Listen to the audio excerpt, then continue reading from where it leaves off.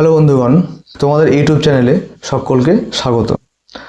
আমি আজকের এই ভিডিওতে বেশ কতগুলো 3 থেকে 4টে ইম্পর্টেন্ট পয়েন্ট বা টপিক বলতে পারো নিয়ে একটু ডিটেলসে ডিসকাস করছি, মন দিয়ে শোনো। প্রথমত আমি গতকাল যেটা বলেছিলাম যে কিউরেটিভ ফাইলস 2016 যারা ইন সার্ভিস আনটেন্টেড যোগ্য বঞ্চিত, তাদের যে কিউরেটিভ ফাইল যেটা অলরেডি কেস হয়েছিল ওইটার হিয়ারিং ডেট পাওয়া গেছে, ওটার হিয়ারিং ডেট ইস্যু হয়েছে। ভীষণ ভালো খবর। আমি প্রায়শই ভিডিওতে বলি যে 2016 যারা আনটেন্টেড যোগ্য তারা তাদের জায়গাতে ফিরে যাক, এটা দরকার। তারা তাদের জায়গাতে ফিরে যাক, অধিকারটা ছিনিয়ে নিক, সেই সুদিন এসছে। তো এটা অবশ্যই ভালো খবর। এখানে কী হবে একটা কথা বলে রাখি, এখানে ফিল্টারিং করতে একটু সুবিধা হয়ে যাবে যখন যোগ্যরা এবং বা আনটেন্টেড ইন সার্ভিস 16 যারা ওনারা যখন ওই জায়গাটা ফিরে পেয়ে যাবেন। এটা একটা প্লাস পয়েন্ট, খুব ভালো একটা দিক, এটা উচিত। আচ্ছা, এইবার কথা হচ্ছে এখানে ফিল্টারিং সুবিধা হবে কেন? কারণ এখানে এবার টেন্টেড যারা সুপ্রিম কোর্ট অলরেডি গিয়ে বলেছিল, কেস খেয়ে বাড়ি এসছে, ওই জায়গাটা অনেকটা ক্লিয়ার হয়ে গেছে, ওদের বেরোনোর রাস্তাটা ওপেন হয়ে গেছে ছাঁটাইয়ের। এটা একটা গেল। পরের পয়েন্ট হচ্ছে সেটা হচ্ছে যে দেখো একটা কথা, যে এখন যেটা আপডেট আসছে সেটা হচ্ছে 9-10-এর যে ভেরিফিকেশন এবং ইন্টারভিউ, আজকের আপডেট আমি শর্টসে দিয়েছিলাম যে মার্চের 20 তারিখের পর থেকে নাকি এটা হবে।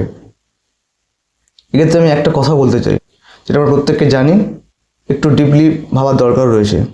প্রথমত 11-12 প্যানেলটা যে জায়গায় আছে এবং যত কটা রন্ধ্রে রন্ধ্রে যে বিটগুলো ঢুকে বসে আছে, এরপরে এরা 9-10-এর ইন্টারভিউ এবং ভেরিফিকেশন বলছেন যে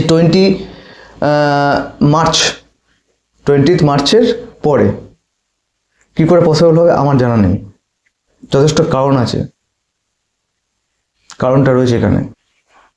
কেন কি এরা আবার এখন বলছে ইন্টারভিউ এবং ভেরিফিকেশন নাকি একসঙ্গে সাইমালটেনিয়াসলি হবে, ভেরিফিকেশন আর ইন্টারভিউ একই সাথে হবে নাকি। নতুন করে বেশ সুন্দর করে জট পাকানোর জন্য, খিচুড়ি পাকানোর জন্য, 11-12-এর মতো একই রাস্তায় হাঁটার জন্য ওরা এরকম সিদ্ধান্তগুলো নিচ্ছে।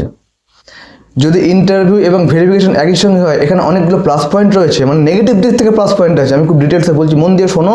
এইখানে যদি এরা এটাই করতে চায় যে 9-10-এর ভেরিফিকেশন এবং ইন্টারভিউ একসঙ্গে হবে, দারুণ গোল্ডেন চান্স রয়েছে ওদের ঠিক সেকেন্ড টাইম 11-12-এর মতো জিনিসটা করার জন্য। কি করে হবে? এখানেও তো একই গল্প, এখানেও একই গল্প থাকবে না, ফেক এসসি, ফেক এসটি, তারপরে হচ্ছে 10 মার্কস যারা ভুয়ো সেগুলো, মানে আবার এরকমভাবে জিনিসটাকে জট পাকিয়ে ছেড়ে দেবে। এটা একটা ব্যাপার। এই মুহূর্তে একটা কথা আমি বারবার বলতে চাইছি, একটা আন্দোলন দরকার আছে বিফোর 20 মার্চ।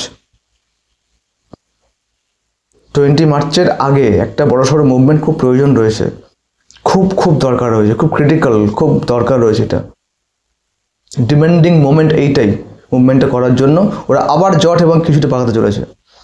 আচ্ছা, গতকালকে বেশ কয়েকটা কমেন্টস আমি পেয়েছিলেন যে পিএইচ ক্যান্ডিডেটস যারা, তাদের ক্ষেত্রে কি হবে, বা তারা বাদ যাবে, বা কি হবে কেসটা। বলে রাখি, আমি আগে বলেছিলাম একবার, অনেকবারই, আবারও বলছি, যে যারা PH, so called PH, physically handicapped এবং লোকোমোটর ডিসেবল যারা সাবমিট করে বসে আছে, তাদের জন্য অ্যাকচুয়াল যারা পিএইচ এবং লোকোমোটর ডিসেবল তারা কিন্তু বঞ্চিত হয়েছে এবং তারা রাস্তায় বসে গেছে। পিএইচ ক্যান্ডিডেটস বসে গেছিলেন তারা, যারা অ্যাকচুয়াল পিএইচ, ফিজিক্যালি হ্যান্ডিক্যাপ্ট। কেন? কারণ এরা fake pH candidates. Fake means what? Fake means এই সমস্ত পিএইচ ক্যান্ডিডেটস তারাই যারা হচ্ছে টেন্টেড। খুব ভালো করে শোনো, এটা সবাই আমরা জানি, আমি নতুন কিছু বলছি না, জাস্ট আমি রিমাইন্ডার দিচ্ছি। এটা নিয়ে হাইকোর্টে অলরেডি বেশ কয়েকটা সওয়াল জবাব হয়েছিল খুব গরম আবহাওয়াতে। অমৃতা ম্যাডামের এজলাসি হয়েছিল এই একটা ইস্যু নিয়ে, যে সুপ্রিম কোর্ট থেকে যেহেতু বলা ছিল যে একটা টেন্টেড পরীক্ষা বসলে পুরো প্যানেল ক্যান্সেল হবে, সেখানে টেন্টেডগুলো কী করেছিল, এই রাস্তাটা অবলম্বন করেছিল যে পিএইচ সার্টিফিকেট বের করে পরীক্ষা বসেছিল।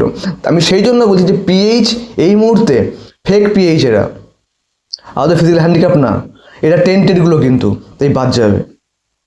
এবং বলে রাখছি, কয়েকদিন আগে আমি একটা আপডেট দিয়েছিলাম কয়েকদিন আগে, যে পিএইচ যারা এদের যে কেসটা ফিজিক্যালি হ্যান্ডিক্যাপ্ট, এটা পজিটিভ দিকে টার্ন নিয়েছে এবং হিয়ারিংও হয়েছে এবং এটার ভার্ডিক্ট মানে রায়ও দেবে, অলরেডি রায় দেওয়ার মতো জায়গায় আছে খুব পজিটিভলি তার নিজে, ঠিক কিউরিটি ফাইলসের মতো। তো যারা অ্যাকচুয়াল পিএইচ ক্যান্ডিডেটস আছো এবং আছেন দিদিরা, ভাইরা, বোনেরা, চাপ নিয়ে লাভ নেই, এই মুহূর্তে চাপ নিয়ে কোনো লাভ নেই। পজিটিভলি একটা পজিটিভ আউটকাম আসতে চলেছে, এটা বলে রাখলাম। কারণ সবকটা ফেক মিনস হচ্ছে টেন্টেড, এটা তাই জন্য পিএইচ ওইটা দিয়ে পরীক্ষা দিয়েছে এবং ইন্টারভিউ দিয়ে এসব করে বসে আছে। এটা আগে বলেছিলাম, আবারও এইবারে একটা টপিক যেটা হচ্ছে ইম্পর্টেন্ট, একটা ব্রেকিং টপিক বলতে পারো, সেটা হচ্ছে যে আপার টেট 21,000 ভ্যাকেন্সি। ঠিকই শুনছো, আপার টেট 21,000 ভ্যাকেন্সি, যেইটা বেরোবে কবে বেরোবে করে প্রচুর কমেন্টস, প্রচুর কিছু আমি পেয়েছিলাম, বলেওছিলাম যে দেরি হবে, এটা দেরি হবে, এই মুহূর্তে বেরোবে না। আমি জানুয়ারি থেকে বলেছিলাম ফেব্রুয়ারিতে দেরি হবে এটা।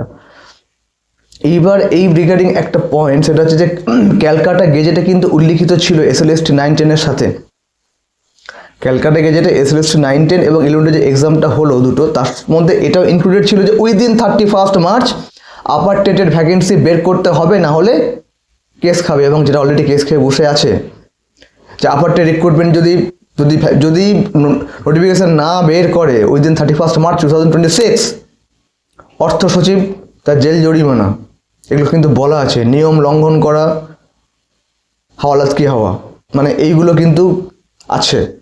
সেই জন্য within 30th and 31st March upper TET 21,000 vacancy কিন্তু বেরোচ্ছেই। কতগুলো কথা এইবার বলি। আমি গত পরশুও বলেছিলাম যে এই সময়টা হেলায় হারিও না বন্ধুগণ, টাইমটাকে ইউটিলাইজ করো। 9, 10, 11, 12 কোর্ট কেস যা কিছু হচ্ছে পজিটিভলি মুভ করবে, সময় লাগবে, লাগুক, ভালো কথা। কিন্তু আমি কি বলেছিলাম যে ভোটের পরে কিন্তু পরপর বেরোবে মাদ্রাসা, PSC sub inspector school, PSC teacher madam ভোটের পরে। কিন্তু আপার টেটের যে ভ্যাকেন্সিটা কিন্তু এই মাসেই, 2026-এর এই মাসেই, মার্চেই, within 31 March, max to max 31st, minimum 30th March, কি তার একটু আগাতেও পারে। আপার টেট নোটিফিকেশন বের করবে, ডিটেলস একদম, ফর্ম ফিল আপ শুরু হবে। দেখো, পরীক্ষা রিক্রুটমেন্ট কিন্তু এই বছরের মধ্যেই হবে, পরীক্ষা এবং রিক্রুটমেন্টটা এই বছরের মধ্যেই করে দেখাতে হবে, 26-এর মধ্যে, এটা মাথায় রেখো। আমি গতকালকেই বলেছিলাম যে আপার টেটে কিন্তু অতটা কিন্তু আর ঘাপলাবাজি করতে পারবে না, যেহেতু কন্টেম্পট কেস খেয়ে বসে আছে 2016-র যে আপার টেটের যে রিক্রুটমেন্ট, যেখানে 1200+ সামথিং এখনো সিট, অ্যালোটেড সিট, যেটা এখনো ভ্যাকেন্ট ফিল আপ হয়নি, তাদেরকে নিতে হবে। তার মধ্যে আবার এই নোটিফিকেশন। প্রিপারেশন শুরু করে দাও, মেন্টালি প্রিপেয়ার থাকো, বি পজিটিভ, এবং এটা নিয়ে এবার পড়াশোনা শুরু করে দাও। আর দেরি করো না, বোকার মতো আর বসে থেকো না, শুরু করে দাও পড়াশোনা। ভ্যাকেন্সি 21,000 নেহাত কেন, অনেকটা ভ্যাকেন্সি। ফ্রেশারদের জন্য এটা জীবনের শেষ সুযোগ ভেবে নাও। খুব বাস্তব বললাম, নেগেটিভ বলছি না, একদম রিয়েলিটি বলছি। প্রত্যেকটা ফ্রেশার ভেবে নাও জীবনের শেষ সুযোগ এটাই, আপার টেট 21,000। ধরে নাও এটাই ডু অর ডাই সিচুয়েশন। কি বললাম? Do or die situation, upper TET 21,000 for the freshers. জীবনে এই অপরচুনিটি, এই গোল্ডেন চান্স, এই সুবর্ণ সুযোগ ড্যাম শিওর আর পাবে কিনা সন্দেহ আছে। এটাকে অ্যাপ্লাই করতে হবে, এটাকে ইউটিলাইজ করতে হবে, মাইন্ডসেট চেঞ্জ করতে হবে। আর একটা কথা মাথায় রেখো, খুব সুন্দর একটা কথা আছে ইংলিশে, যে অপরচুনিটি ডাজন্ট নক টুয়াইস। সুযোগ দুবার নক করে না, সিঙ্গেল টাইম নক করে। That is, I mean what, upper TET 21,000 vacancy এই মাসে 31 March within.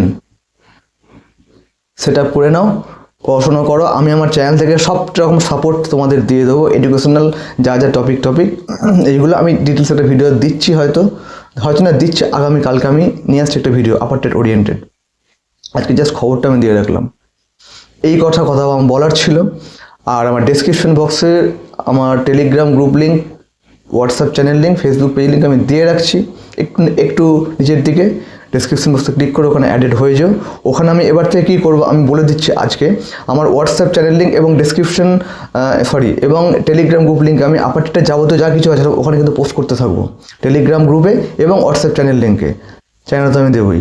R in details এই নিয়ে আমি আগামীকাল বলছি। আজকে এটুকুই। ভালো থেকো, be positive, be prepared for the best for the forthcoming exams upper TET. Thank you.